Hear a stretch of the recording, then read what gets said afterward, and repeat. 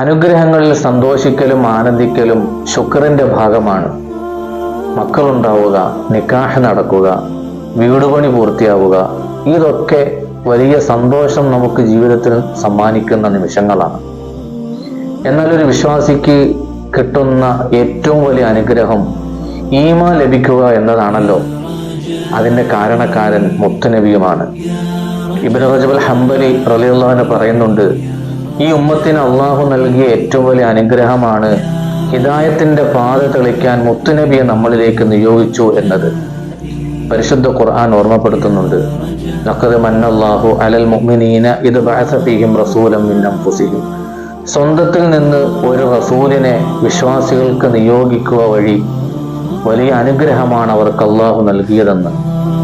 ഈ അനുഗ്രഹത്തിൽ സന്തോഷിക്കണം. മൗലിദിന്റെയും മദ്ഹിന്റെയും മന്ത്രങ്ങൾ വീട്ടിലും പള്ളിയിലും തെരുവിലും മുഖരിതമാകണം.